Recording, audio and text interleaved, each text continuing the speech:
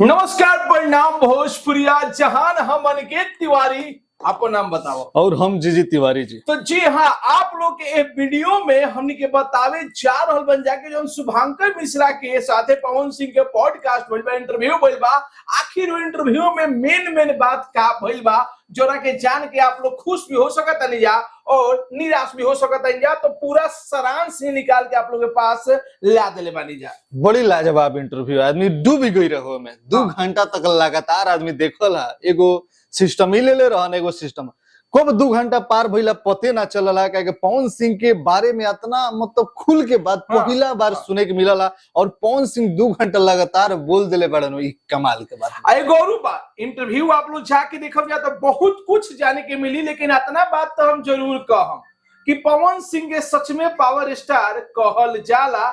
दम तहले बात शुभांकर मिश्रा भी खुल के क्वेश्चन नहीं खन कैले, चाहे वो ज्योति सिंह के बारे में होके, चाहे अक्षरा सिंह के बारे में। ज्योति सिंह के तो नाम भी निकल रहे शुभांकर मिश्रा क्वेश्चन के लिए रहे ज्योति सिंह के बारे के लेकर। ज्योति सिंह जो कि इंस्टाग्राम पर कई गो स्टेट स्टोरी लगावत रही। अभी फिलहाल में खबर आई ला कि एक शब्द नहीं ना तीज के दिन ज्योति सिंह के कॉल भी निकल के लिए पवन सिंह, लेकिन ज्योति सिंह के शुभांकर मिश्रा अपना जबान पर नाम भी नहीं खले। इशारों में पूछा तारे कि भाभी लड़का होई कि ना होई। तो का पूछल गई बा इंटरव्यू में, उस सारा कुछ पर हमके डिस्कस करम जाए। एको गो पॉइंट जो के निकाल के ला देल बन जा आपके पास। इशारा नइखे हो सकता पर्सनल जिंदगी पर केहू के सवाल ना पूछल जाला। उ समझदार बाड़े, वो चीज के ज्यादा ना कैले हा, घुमाइए के पूछले हा। और सही बात बा, पता ना सच बा या काम देखो कहबे कैले हमें पवन सिंह वाला लाइन के बाथरूम जाए के समय नहीं खे भैया। 40 दिन के चुनाव के शेड्यूल रहे जना में, ओकरा बाद से आदमी बेकरार भइल बा। और आज मानी तो ट्रेंडिंग में उहेनु बाड़े, उनका पीछे काम आ रहल बा। अब कहबो कैले गौरू बात। हाँ तो 40 पर्सनल लाइफ में ना जाला तो अक्षरो सिंह तो पर्सनल लाइफ में हाथ में खुल के पूछले रहा। अक्षरा सिंह एक सवाल रहे जना के जवाब ठीक बा। ये तो इंट्रो भइल, लेकिन अब इंटरव्यू पर चलल जाओ। का बात भइला तो सबसे पहिला खुशी के खबर ई बा, पवन सिंह जो कि अपना जुबान से कहले बाड़े और आप लोग भी खुश हो जाए जा कि ज्योति सिंह और पवन सिंह के रिश्ता अभी ठीक चलाता। जी हाँ, यूट्यूब पर जितना भी आप लोग खबर देख रहे जा, ओ खबर के जो कि पवन सिंह ठुकरा देले बारे और बड़ा खुलासा के लिए तू बताओ। देखो ये सही, अभी तू तोहरे सवाल में ही, तेरा जवाब में ही सवाल मतलब खतर। शुभांकर मिश्रा के जब सवाल कैले है नु, तुमका पवन सिंह के लड़का कहले कि जल्दी ही भतीजा मतलब चाचा बने वाले बड़े हमारे फैन। वही में उनका जवाब मिल गया ज्योति सिंह के मामला में। जी हाँ। तो आप लोग यही हम बतावे चाह रहे बानी कि पवन सिंह पापा बने वाला बाड़े। जी हाँ, इंटरव्यू के लास्ट में जाइम जा तो पवन सिंह कहले पड़े कि शुभांकर मिश्रा जी हम आपके नंबर ले जाइम, और जी हाँ ये हमारा खुशखबरी आई तो सबसे पहले आपके मैसेज के हम जानकारी दे कि हम पापा बन गए बनी। तो सबसे बड़ी खबर ई बा कि पवन सिंह और ज्योति सिंह के रिश्ता ठीक चलता और पवन सिंह पापा बने वाला बाड़े। अपन विचार ठीक चलता, लेकिन अभी समय लगी और ठीक करे में। पवन देखिए आपके हम एगो बात कहबे के नहीं, पवन सिंह के बिजी शेड्यूल बा और भोजपुरी के कहते शुभांकर मिश्रा खुद अपने जवान से कहले कि आज भोजपुरी के नाम कहीं आवता तो जब पवन सिंह के बारे में ही लोग कह रहल बा। भोजपुरी के करता धरता भले देखिए बात सच कहले नहीं खन, एगो उदाहरण देले बड़े तब वो कहले बड़े।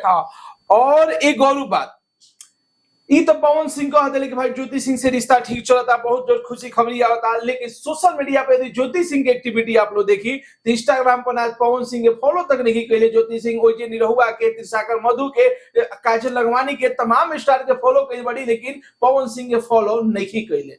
ए पर सवाल उठता भी हो, सवाल उठता, लेकिन सवाल लाजमी भी नहीं के पर्सनल देखी बात देखो ए पे काहे न देखी। भोजपुरी मीडिया चाहे भोजपुरी दर्शक जे भी सवाल उठाओ तो पहिल का चीज पर्सनल पे कभी ना जाएगा। चाहे देखो एक सवाल उठता थोड़ा सा। अभी कुछ दिन पहले तीज बीतला, का बीतला तो ये आपके हम समझावत है नो कि पर्सनल मैटर बा। हो सकता कुछ नाराजगी हुई, हाँ कुछ अभी कंफर्ट ना बनल हुई, अभी समय लगे, रिश्ता है अचानक से ना हो जाला। अब पवन सिंह बनावटी आदमी ना होनी, खुल के इंटरव्यू देखला के बाद सबे कह दी कि हाँ भाई ये बंदा सच में बनावटी नहीं है, जो है डंके के चोट पे है, काम पे विश्वास करता है। मतलब एक सारांश पवन सिंह के बात से ई निकलल है कि रिश्ता ठीक करे के कोशिश पवन सिंह की तरफ से हो रहा बा। यानी कि आप लोग के बीच में खुशखबरी ई आवे वाला बा कि आप लोग चाचा बने वाला बानी जा। छोटा पावर स्टार पवन सिंह जल्द ही आप लोग के बीच में आई। देखिए इस सवाल के जवाब मिल चुकल बा। एकरा बाद भी अगर देखिए एकरा बाद भी ये सवाल पे अगर के उठा रहल बानो तो सिर्फ उछेड़ रहल बा बात। अब चलल जावे इंटरव्यू के दूसरा का पॉइंट के बारे में कि सबसे बड़ा खबर ई आ रहल बा कि पवन सिंह के एगो ना बल्कि दो गो हिंदी फिल्म आ रहल बिया,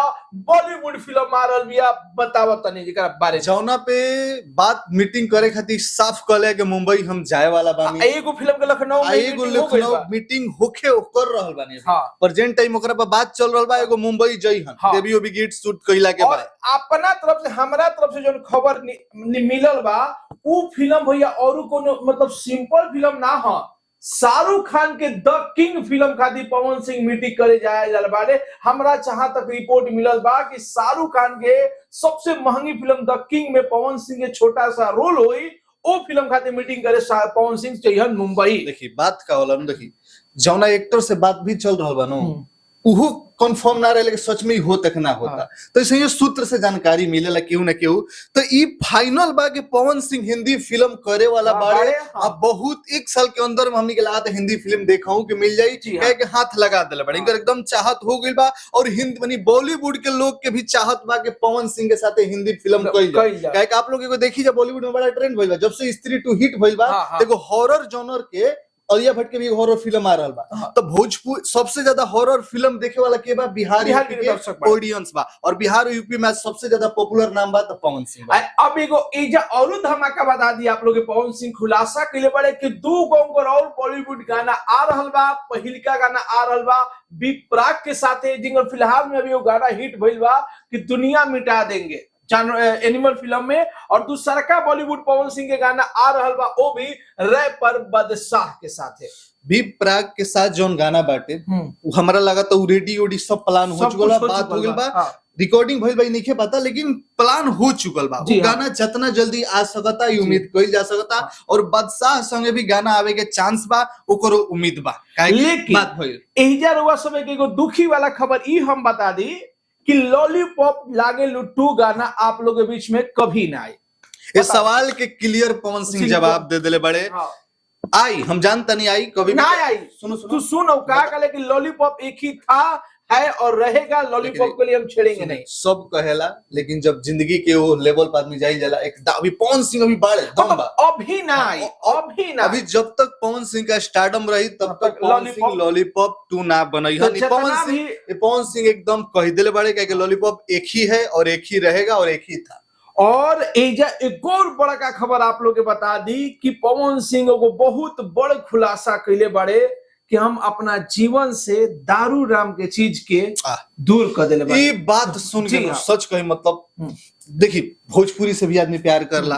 पवन सिंह झूठ एकदम पवन सिंह से दिल से बहुत अच्छा लगा, बड़ा खुश भइल मन। और पवन सिंह के चाहे वाला हर एक फैंस के दिल खुश हो जाई कि पवन भैया देखिए कतनो बात आदमी दुखी रहेला।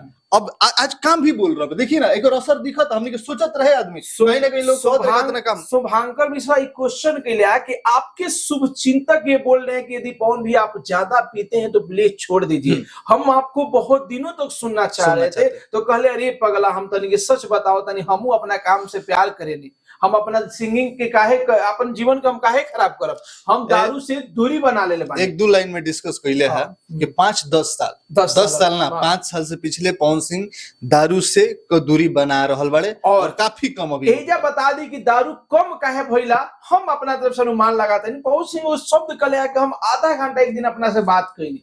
देखल जाओ चाहे ज्योति सिंह के मैटर होके, अक्षरा सिंह के मैटर होके, आगा भी उनको जितना भी पर्सनल प्रॉब्लम भइला ओमे एगो नाम कॉमन आ रहल बा दारू दारू दारू।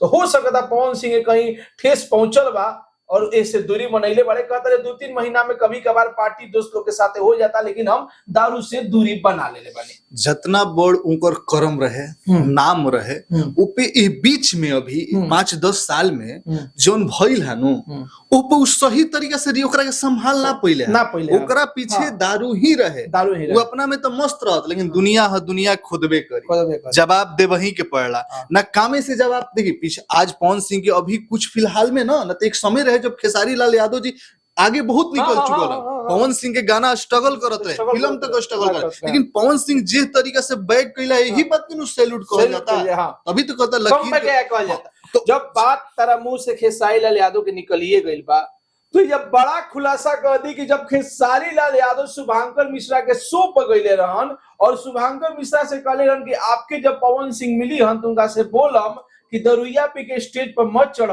तो पवन सिंह के पर जवाब दिले बड़े कि हम जब वीडियो देखनी नु तो ओकरा के मैसेज कैनी का ते फिर से शुरू हो गईलिस। ओकरा बाद खेसारी लाल यादव पता ना का ऐसन मैसेज कैले बड़े पवन सिंह के कि पवन सिंह बोले कि हम भाई ऑन कैमरा नहीं बता सकत, फिर कहने कि जो तोरा जौन मन बा तौन कर, लेकिन पवन सिंह खेसारी लाल यादव से मैसेज करके पूछले बड़े कि आखिर इस सब बात से ते काहे कह रहल बड़े और खेसारी लाल यादव का पिए ले बताओ। ई बात बहुत पहले भी पवन सिंह हाँ, कहले हाँ, रहन हाँ। कि खेसारी लाल यादव दूध पिए ले, ओकरा पहले देखी ई बात बहुत बढ़िया से जानल बा कि पवन सिंह एक इंटरव्यू देखला के बाद हाँ, जे ना हो कहत भी कहली कि पवन सिंह सच्चा इंसान, दिल हाँ, के इंसान हवन, दिल के चक्कर में जितना धोखा खइले बड़े, संकोच खइले बड़े, दिमाग ना लगाओ, अपना कर्म पे भरोसा ला। आ देखिए कुछ होला जेकरा मेहनत बहुत, खेसारी लाल यादव जी मेहनत करेला, साथ साथ दिमाग भी बहुत ज्यादा चलावेला। लेकिन खेसारी लाल यादव के बारे में जो पवन सिंह कहले हा कि बोलेला ज्यादा लेकिन दिल के खराब ना। हम देखिए वो रिश्ता सबे जानता, हाँ। पवन सिंह अगर अच्छा ना रहितन ताजु चाहितन तो बहुत कुछ बोल सकत रहन। नेशनल लेवल पे बैठे रहन, नेशनल स्तर पे बैठे रहन। हाँ। काल्हू भी आप लोग जितना इंटरव्यू दिले बानी, देखिए ए में हम तनी जैसे जौन बा सच बोलल बहुत जरूरी होला, और एगो भोजपुरी के प्यार करे खातिर ई बहुत कहल जरूरी बा कि खेसारी लाल यादव जी तनी ऐसा हद जरूर करेनी। हाँ। रिक्वेस्ट बा खेसारी लाल यादव जी, ऐसे का हो रहल बा, आपके फायदा हो रहल बा, लेकिन आप भोजपुरी पे दाग लगा रहल बानी, भोजपुरी के नीचे गिरा रहल बानी। आप कम से कम अच्छा दारू केहू पियत, अच्छा दारू पियल गलत है, लड़की संगे दोस्ती कल गलत है, कुछ गलत ना है, लेकिन एकरा पे जे सवाल करेला ओकर नजरिया पता चलेला।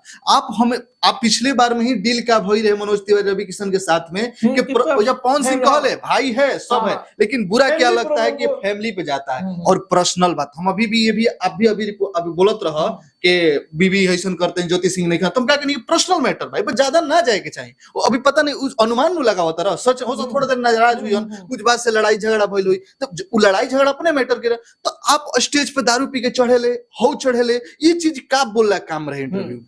आप गई बन नेशनल मीडिया पे, आप साफ नु देखा बनी खेसारी पवन सिंह अश्लीलता बात पे चुप हो गई है, अश्लीलता पे चुप हो गई है, का कहले हमरो के हम कहीं अच्छे करत नहीं, हमरा गढ़ा में ढकेल दा।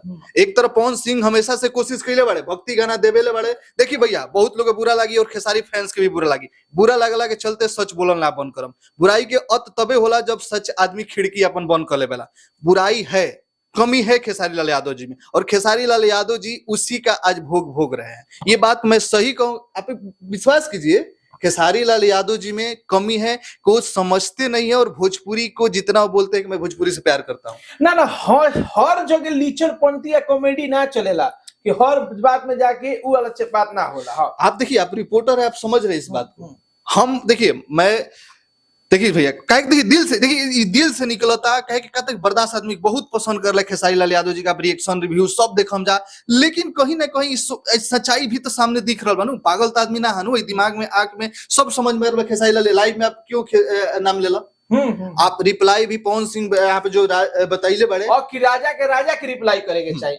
आई नहीं गाना आइला के बाद वो यूट्यूबर न्यूज बना देता तो ओकरा पा के रिप्लाई कर रहा है। ये विवाद तो सब चाहत रहा। सच बात बा के आई ना गाना से भोजपुरी क्रेडिट नहीं के मिले, काहनम जी के मिलत भाई की गइले बा पवन सिंह के भोजपुरी आप साफ दिखेला खेसारी लाल यादव जी के जलन तनी ऐसे पर कम करी ना, तो भोजपुरी इंडस्ट्री पब्लिक केहू के होले ना भैया, एक बात ध्यान देम, जनता आज सर पे चढ़ावता और गुडू रंगीला डायमंड स्टार कहल जात रहा, लोग आज हाल का भइल बा, तो पब्लिक हवन तो सर पर बैठाइबो उठावे लेनु तो सीधे नीचे हो गिरा देबे। आपके चन्हाकी सबे समझता, ये बात के सबे समझ लो, बहुत आपसे हमने के मेहनत का आपके सैल्यूट आज भी करला, लेकिन तनी ऐसा भोजपुरी खाती आपके ये हरकत से होत का मानो भोजपुरी पे दाग लगा था और भोजपुरी के माहौल खराब हो रहा बा। अब बात कही जाओ अक्षरा सिंह के बारे में। इंटरव्यू में सबसे ज्यादा फोकस हमने के जितना भी दर्शक गए कि आखिर अक्षरा सिंह के बारे में पवन सिंह का कहले बड़े, तो ये आप लोग बता दी इंटरव्यू में अक्षरा सिंह के नाम पवन सिंह ले बड़े और आशीर्वाद भी देले बड़े कि भाई आप जहां बानी तहां तरक्की करी,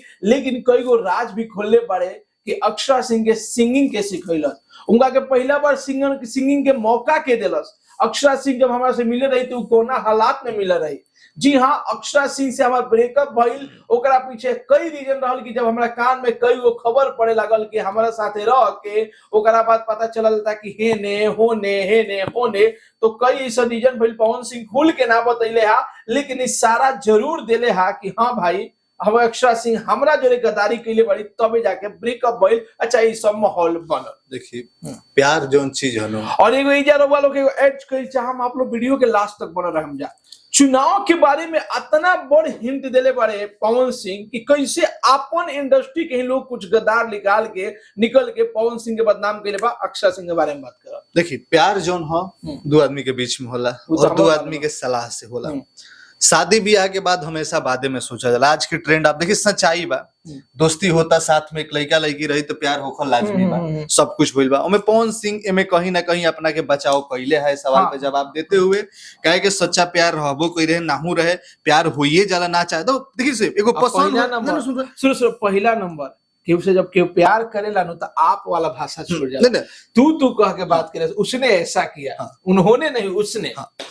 पसंद और प्यार दो चीज है। पसंद बिल्कुल रही, साथ में अपना साथ में रहता, बीच में जरूर कुछ आइला, चाहे वो परिवार होके चाहे एक दूसरे पे कटाक्ष कइल, लेकिन गलत का भइल हनु। आज भी पवन सिंह जोन कहत रहे हम ना जवाब दी, ओ कितना कहले हम ना देबे कि शुभांकर मिश्रा बहुत प्रेशर कइले है तबे कुछ बात के जवाब देले है। तो एगो सच्चा प्रेमी उहे बा जे कतनो गलत बा सामने बचाव करे। अक्षरा सिंह आज अपना पैर पे अपने खुद कुल्हाड़ी मरली है, कह के जनता भी आज उनका के देखल जाओ तो कहीं ना बहुत कहीं ना कहीं उनका ये चीज के नुकसान भी भइल, बहुत ज्यादा ट्रोल भी होके लगले हो गेले। वो आपके अंदर के बात रहे, दो आदमी के बीच के बात रहे, तीसर के घुसौला काम न रहे। ए चीज के सार्वजनिक कइल ना जाए। एमे कहबो कइले हा शुभांकर मिश्रा के छिछी लेदर हो गइल है, तो कहीं ना कहीं एमे दोस्त सबसे बड़ा हाथ अक्षरा सिंह के रहे और एक उनकर मेंशन रहे कि पवन सिंह के नाम के फायदा उठावल जाओ दोस्त लगा के। और अक्षरा से यदि पूरा इंटरव्यू आप लोग देखा जाए तो पता चली कि उनके मम्मी पापा भी आके जो कि पवन सिंह से कहा तो कि अक्षरा सिंह से गाना गवावे के। और बात कही जाए चुनाव के बारे में, तो आप लोग के बता दी कि चुनाव के बारे में पवन सिंह ही खुलासा कैले कि 2019 में भी हमारा टिकट मिलत रहे हावड़ा से, और हम इंतजार करत नहीं कि टीवी पर भाई हमार नाम आई, लेकिन हमारा साथे ऐसा राजनीति भइल कि हमार नाम हटा दिया गई। ओकरा बाद पवन सिंह अइले कि एक बार भी जो लोकसभा के चुनाव भइला, आसनसोल के टिकट मिलला के बाद 24 घंटा बाद हमारा बारे में ऐसा माहौल बनावल गई, और माहौल बनावे वाला केहू दोसर नहीं के बल्कि हमारे इंडस्ट्री के कुछ ऐसा लोग बा जे चाहत नहीं के कि पवन सिंह आगे बढ़स, उहे हमारा बारे में ये सब खबर निकाल के जो कि माहौल बना दिया गई लोग। जी हाँ, इंडस्ट्री के कुछ कलाकार के ऊपर ही पवन सिंह इशारा कैले बारे। आप लोग देखम जा तो बुझ जाए जा। बोल गेस करो के नाम हो, गेस नामे नहीं गेस कर सको, जब सामने वाला निकले तो हम कहेंगे हमरा मन में पता बा सबके मन में नाम तो मत दो नाम बा, लेकिन लेम ना। बात ये बा, प्रॉब्लम ये बा, सभी जनता दो नाम बा और ये चलत रहेला। पवन सिंह में कहले संघर्षित जीवन बा और बड़ा बढ़िया शुभंकर मिश्रा एगो लाइन पूछले, भगवान क्या कि कभी मन ना करला आपके, सोचे नहीं ना कि काहे भगवान है सब कुछ दे के शोहरत हतना कुछ में कमी कर दिले बानी। तो पवन सिंह भी हमें सहमत भइला के बिल्कुल बात बा। तो ही में कुछ सिलसिला बा कि पवन सिंह राजनीति में भी दिल से उतरले है। माई से वादा, राजनीति एक ऐसा खेल है जहां इमोशनल होके दिल से ना, ठीक बा, जरूरी होला, एकरा से मजबूती मिलेला, जिद होके चाहिए, एक विचार होना चाहिए, विचारधारा और एगो लक्ष्य होके चाहिए कि जनता के सेवा करेगा। सच में दिल में होके चाहिए जनता के सेवा करे, तभी आप निकलो। शुरुआत भइला बहुत बढ़िया भइल बा, उसे सीख भी बड़े और पवन सिंह खुश भी बड़े 2 लाख वोट पाके, बस अब दिमाग लगावला के जरूरत। दूसरा बात, एक चुनाव से भले ही पवन सिंह हार गई लोगस, लेकिन इतना तो इंडिया लेवल पे चर्चा पहले जरूर काम भैया, करोड़ों रुपया खर्चा करके भी इतना चर्चा कोनो भी सिंगर के ना होई जितना चलते एगो काराकाट के निर्दलीय प्रत्याशी होके पूरे नेशनल मीडिया पर खाली चर्चा पवन सिंह के होते रहे। और सबसे बड़ी बात, इतना चर्चा भइल कि देश के प्रधानमंत्री, गृह मंत्री, रक्षा मंत्री, देश राज्य के मुख्यमंत्री सब कुछ जो कि पवन सिंह के खिलाफ कैंपेनिंग करे आई, कहीं ना कहीं चर्चा के विषय रहे और बहुत ज्यादा नाम और शोहरत भइल चुनाव के चलते। आज नेशनल लेवल पे चाहे यही इंटरव्यू में पहुंचले है, ओकर बड़ रीजन चुनाव ही बा। चुनाव से ही देश विदेश में चर्चा। पवन सिंह आज से पहले मतलब ई पवन सिंह के भी मालूम ना रहे कि हमारा इतना पावर और इफेक्ट बा धरातल पे। धरातल पे हाँ। तेरा याद हो कि जी हाँ। पवन सिंह के भी पता चलला कितना हमार भौकाल भौकाल बा। ई लोग के मार्केट में रहे वाला प्रोड्यूसर डायरेक्टर सबके इहो पता चलला कि पवन सिंह कितना पावर बा। एकरा पहले सभे अनुमान में रहे होई के ना होई। ई चुनाव देला से कि पवन सिंह कितना पावरफुल इंसान बा। और लास्ट क्वेश्चन एगो जो कि वीडियो वायरल होत रहे कि आखिर भोजपुरी के नंबर 1 एक्टर के ह, तो पवन सिंह के ऊपर जवाब भी दे देले बारे। जी हाँ, जुबली स्टार दिनेश लाल यादव निरहुआ के पवन सिंह जो कि भोजपुरी के नंबर 1 एक्टर मनले बारे। उ बड़प्पन रहे जो कहले है, उ एक्टर ना पूछले रहा ना सिंगर, स्टार पूछले। तो पवन सिंह आज के डेट में नंबर 1 स्टार बारे। हो सकता हम नहीं कह सकते, एज ए रिपोर्टर हम नहीं कह एज अ स्टार हम बताओ तो सच्चाई तू हम जौन उहे बोलते हैं जौन सच बा। स्टार पवन सिंह ही नंबर 1 बारे। एक्टर में दिनेश लाल यादव नहीं रही बाड़े। डांसर और एगो इंटरटेनर के तौर पे मेहनत हार्ड वर्किंग खेसारी लाल यादव जी बाड़े, ठीक बा। और सिंगर में भी पवन सिंह एक नंबर में बाड़े। लेकिन स्टार मतलब होला जेकर भौकाल होला, जेकरा नाम पे कुछ वो चल जाला। तो भैया यही इंटरव्यू के पूरा सारांश रहे, मेन टॉपिक रहे जो कि हम आप लोग के बता देनी। एकरा अलावा आप लोग देखल चाहते हैं इंटरव्यू में बहुत कुछ बात भइल बा, बहुत कुछ हंसी मजाक भइल बा। 2 घंटा से प्लस के इंटरव्यू बा, तो आप लोग सोच सकते हैं कि 20 मिनट के वीडियो हो, 2 घंटा से प्लस के इंटरव्यू बा, तो का कुछ बात भइल बा। लेकिन जो मेन चीज रहे वो आप लोग के बीच में हम बता दिल बानी। और भी देखल चाहते हैं तो आप लोग इंटरव्यू जाके कुछ हाईलाइट के भी आप लोग रिएक्शन भी लेके हाजिर होखम जा। बाकी अगर मजा ले जा, जौन मन में आइल है आप लोग विचार रखनी है जा, गलत सही आप लोग प्यार आशीर्वाद देम जा। जौन भी बाटे भोजपुरी खाती और सबके कर्म खाती प्यार कर जा, अच्छा जे करी ओकर बड़ाई करम जा। हाँ, जय भोजपुरी। वीडियो के देखी जा, दबा के शेयर करी जा और अपन राय भी कमेंट बॉक्स में रखी जा।